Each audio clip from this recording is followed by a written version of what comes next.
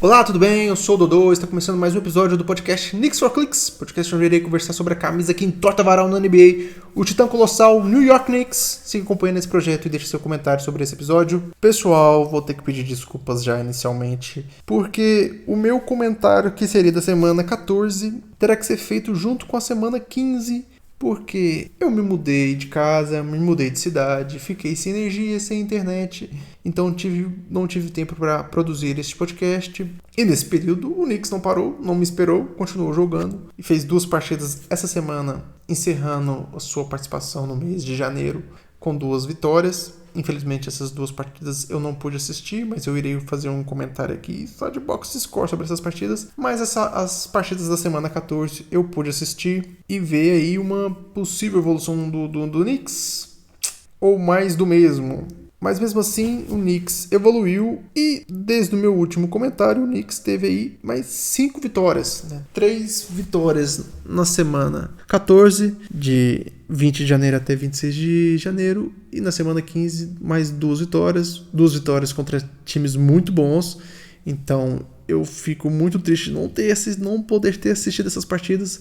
Seria incrível ver o Knicks jogando essas partidas. Eu tenho um League Pass, então provavelmente eu acredito que eu assistirei a última partida que o Knicks fez, para ver o que aconteceu, como o Knicks se comportou contra o Denver Nuggets. Mas antes de falar dessas partidas, vamos falar das partidas da semana 14. Na segunda-feira, 20 de janeiro, o Knicks enfrentou o Atlanta Hawks e venceu por 119-110, uma partida assim muito difícil. Esse jogo começou assim numa correria sem tamanho. O início do jogo foi muita correria, então é uma partida assim, Knicks e Hawks são 2 bons ataques, então são ataques com muitos velozes e que criam muito, enfrentando 2 defesas ruins, né? Então foi um jogo de muita correria, então foi muito frenético no início, mas no início da partida parecia que o Hawks iria vencer, porque o Knicks estava com a defesa assim completamente horrível e o Hawks estava acertando tudo. O Hawks conseguiu abrir uma vantagem de 10 pontos nos 6 primeiros minutos e parecia um jogo muito perigoso para o Knicks, porque é um adversário que joga bem contra o Knicks, que tem o Trae Young, que sempre joga bem contra o Knicks, então parecia que ia ser um daqueles jogos, né? Mas aí o Knicks conseguiu se recuperar depois da partida. Nos minutos finais aí do primeiro quarto, o Tibbs colocou em quadra essa lineup: Shamet, Payne, Deuce, Atiwa e Josh Hart. Ou seja, só o Josh Hart dos titulares, e ele finalmente colocou aí o banco de reservas para jogar. E o que me chamou mais atenção ainda é que pouquíssimas vezes na temporada ele deixou o time sem o Towns ou sem o Brunson. Sempre quando os reservas entram em quadra, ou o Brunson continua para ditar o ataque, ou o Towns continua para ditar o ataque. Então é muito raro ele fazer uma escalação sem os dois. Só acontece assim esporadicamente, quando um se lesiona, sente alguma contusão, ou quando o Towns está com problema de faltas. Então é muito raro isso acontecer. Ele fez essa partida, ele finalmente deu uma oportunidade para isso acontecer, mas foi um leve engano. Depois do pedido de tempo do Hawks, que foi assim em questão de segundos, ele já trocou o Josh Hart pelo Towns. Então o que eu achei que seria ele fazendo uma grande mudança, dando uma oportunidade para o banco, uma oportunidade para um novo time, né? uma nova formação, não aconteceu. Ele já foi lá e já voltou com o Towns com o time, que é o que ele costuma fazer. Nos primeiros quartos ele tira o Towns um pouco mais cedo e no final do quarto ele volta o Towns e descansa o Brunson. Aí, no segundo quarto, o Knicks voltou a partida porque a defesa conseguiu forçar muitos erros do Hawks. Então foi uma defesa muito mais ativa e isso fez com que o Knicks voltasse para a partida e conseguisse aí levar esse jogo com o Hawks mais aí com um jogo bastante empatado, com um time ou outro abrindo uma diferença muito pequena. E também achei muito curioso nesse primeiro tempo, né, do primeiro e segundo quarto, foi que ele manteve o Cameron Payne bastante tempo em quadra, o que eu acho positivo. Eu sei que o Payne é um jogador controverso, muita gente não gosta dele, mas é porque o Knicks precisa de qualquer ser humano que venha do banco e fique bastante tempo em quadra e não atrapalhe, porque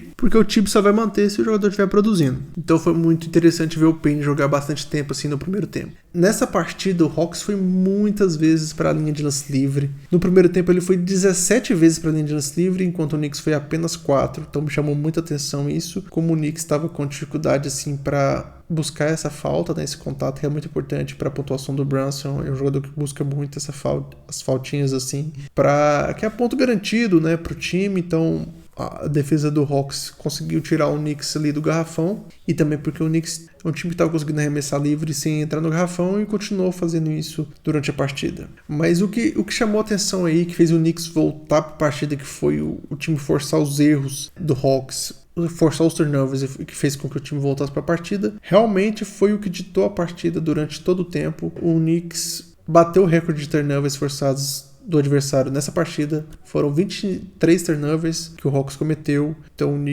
a defesa do Knicks, depois de um primeiro tempo, do primeiro quarto muito difícil, conseguiu se recuperar e fazer uma boa partida aí, uma boa execução, né, durante o resto da partida, e conseguiu aí sacramentar a vitória aí, baseado muito nos erros forçados do Hawks. O Hawks, né, usou o Dyson Daniels para marcar o Brunson, e realmente deu certo. O Dyson Daniels é um excelente defensor, ele marcou muito bem o Brunson e forçou muitos erros diretos, né, em que o Brunson perdeu a bola, ou muitos que ele teve que segurar a bola, parar os pés, né, as pernas, e passar a bola para alguém. Só que no final do jogo ele saiu com 6 faltas, e depois da saída dele o Brunson teve um pouco mais de espaço, e o Knicks conseguiu vencer essa partida. Mais uma das partidas que, assim, nesse momento aqui, porque agora o Knicks já está com muitas partidas em sequência de vitória, mas nesse momento o Knicks estava aí num momento difícil da temporada, em que estava perdendo muito,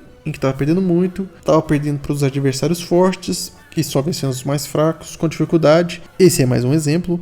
O Knicks venceu um adversário, sim, fraco, com dificuldade. Foi uma vitória de apenas 9 pontos de diferença. Foi um jogo pegado aí a partida inteira, mas que nas entrevistas, acho que do Josh Hart, ele falou, né, é importante continuar vencendo, é importante que a gente consiga demonstrar força contra os adversários mais fracos, e que quando a gente tiver a oportunidade de enfrentar os mais fortes, a gente se saia melhor. Mas no fim deu certo, o Knicks venceu essa partida, e já no dia seguinte, na terça-feira, o Knicks enfrentou o Brooklyn Nets e venceu por 99-95, mais uma partida apertada contra um time fraco, mas continuamos aí acreditando aí nas palavras de Josh Hart, porque já sabemos o futuro, e deu certo, né? O Knicks enfrentou 2 times poderosos na semana seguinte e venceu. Nessa partida contra o Nets, o Knicks teve um bom início, o Nets não mostrou muita força também, então o Knicks conseguiu abrir uma vantagem muito rápido.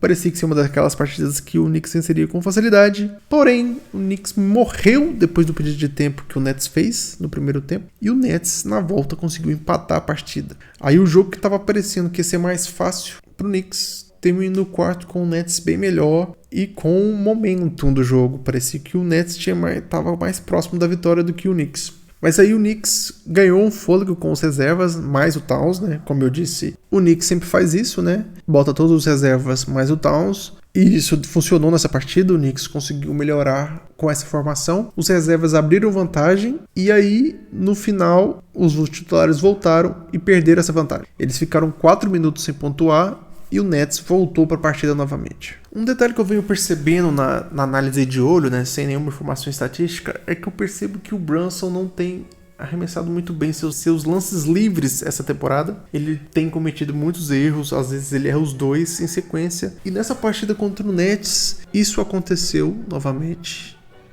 O Brunson começou muito mal os lances livres. Eu achei um bom comentário para essa partida, porque pro final da partida vocês vão ver que os lances livres vão ser importantes. O jogo foi desenrolando, muito apertado durante o terceiro quarto, com o Knicks com aquela diferencinha que ele tinha criado ali com as reservas, né? Porém, no último quarto, nos primeiros 9 minutos do último quarto, ou seja, faltando apenas 3 minutos para acabar o jogo, o Knicks tinha acertado apenas um arremesso. O ataque simplesmente desapareceu da partida e o Knicks não conseguia pontuar. E com isso o Nets foi chegando e por isso o jogo terminou com pontuação tão baixa e um jogo tão apertado. Como eu disse para vocês, os lances livres do Brunson foram muito importantes porque no final ele conseguiu acertar os 2 lances livres decisivos que sacramentaram a vitória do Knicks por 99 a 95. E por mais que ele esteja mal aí no meu teste de ouro de lances livres, não sei a estatística se isso é verdade ou não, ele, quando foi importante, ele foi lá e acertou os 2 lances livres que deram a vitória pro time, continuando essa sequência de vitórias que o Knicks vem tendo aí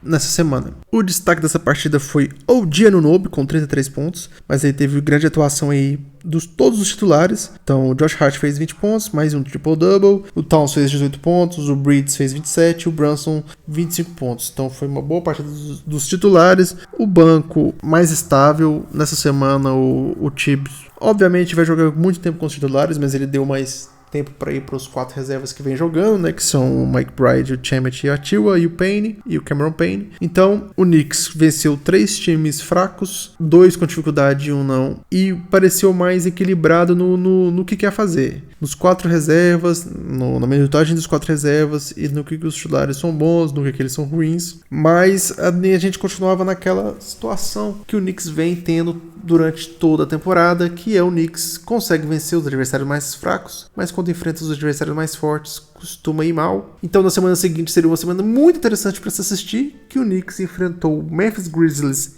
e Denver Nuggets, 2 times muito fortes, 2 times aí com potencial para estar nas finais da NBA. E eu queria ter assistido, mas como eu disse no início do podcast, eu estava de viagem, não pude assistir essas 2. Estava de mudança na realidade, não pude assistir essas 2 partidas. Então fica meu alento para quem pôde assistir e curtir o Knicks vencer adversários difíceis, mas o que eu posso dizer para vocês nesse podcast é o resultado. O Knicks venceu o Memphis Grizzlies no massacre, 143 a 106, quase 40 pontos de diferença. E quando você olha que os titulares aí jogaram menos tempo, mesmo assim, mesmo você pensa que o jogo foi 40 pontos de diferença, o Bridges e o OG Anunoby ainda jogaram muito tempo. Mas mesmo assim, o destaque da partida aí em pontuação foi o Michael Bridges com 28 pontos e o plus-minus inacreditável de 43 pontos. Realmente ele foi o destaque dessa partida e todo mundo aí do banco teve algum minutinho, até o Hulk Port, né? Até o Hulk pivô, que quase nunca joga, teve a oportunidade de entrar em quadra aí. Então, essa é uma partida que claramente o Knicks jogou muito bem, mas não pude assistir, infelizmente. A outra partida dessa semana foi contra o Denver Nuggets, na quarta-feira, ontem, que eu não assisti, porque estava assistindo nesse momento o meu time de futebol, o Atlético Mineiro. Talvez eu devesse ter assistido essa partida do Knicks, provavelmente eu teria sido muito mais feliz vendo o Knicks vencendo um dos favoritos a conquistar o título. O Knicks venceu o Nuggets por 122 a 112, numa grande partida de Jalen Brunson, novamente, com 30 pontos e 15 assistências. O Brunson foi aí dominante novamente, o time foi com seus 4 reservas aí principais, mas nessa partida claramente usou apenas 7 jogadores em rotação, né? O McBride e o Atiwa. O Payne e o Chamet jogaram muito pouco. Essa é uma partida que talvez eu assista aí no League Pass. Talvez eu faça um comentário aí no próximo podcast. Mas isso mostra uma evolução do Knicks, né? O Knicks finalmente conseguiu vencer adversários difíceis. Será que venceu porque eu não assisti? Será que o problema sou eu? Hein? Talvez... mas eu não posso prometer que eu não assistirei as próximas partidas porque eu amo esse time e eu quero ver ele evoluindo.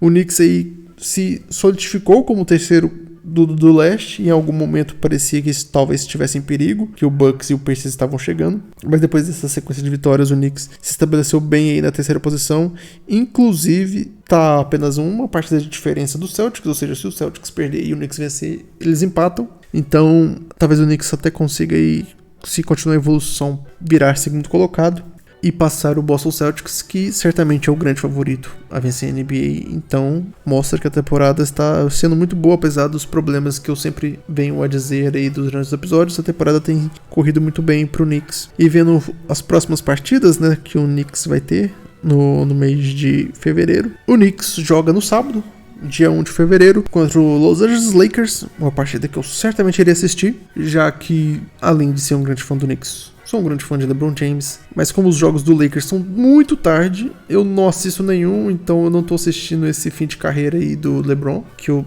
realmente gostaria de ter assistido, pra ver talvez o melhor jogador que a gente já viu de basquete jogar no fim da carreira, vendo o finalzinho da carreira dele. Seria muito interessante. Eu infelizmente não consigo assistir porque Costa Oeste é complicado, mas contra o Knicks eu certamente iria assistir, então vai ser uma partida aí que eu vou assistir com afinco. E esse jogo vai finalizar a semana 15, né, já que eu tô fazendo um comentário no meio da semana, cortando um pouco como eu queria que fosse o podcast, mas eu acredito que na próxima semana eu conseguirei regularizar isso. Na semana 16 o Knicks enfrenta na segunda-feira, dia 3 de fevereiro, o Houston Rockets, outra partida muito difícil, muito interessante. Na terça-feira enfrenta o Toronto Raptors, que é um jogo que o Knicks tem a obrigação de vencer. E no sábado enfrenta o Boston Celtics, finalizando a semana.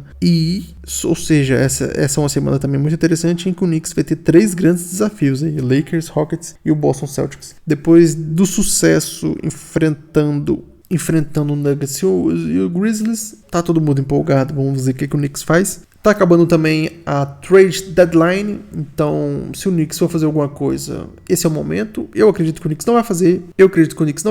O Knicks vai apostar nesse time, apostar na volta do Mitchell Robinson, e talvez esse seja o que ele deve fazer mesmo. Talvez o que o Knicks precisa é de paciência. Eles tiveram e estão colhendo os frutos. Eu sou um pouquinho mais impaciente, queria que o Knicks tivesse feito alguma mudança, algum power forward. Eu acho que o Knicks realmente precisava de alguém na posição 4. Mas depois de vencer o Nuggets e Grizzlies, a gente não pode reclamar muito. Muito empolgado aí com o Knicks. Vamos ver aí como o próximo jogo, né, contra o LeBron James. Eu fico por aqui. God bless e good night.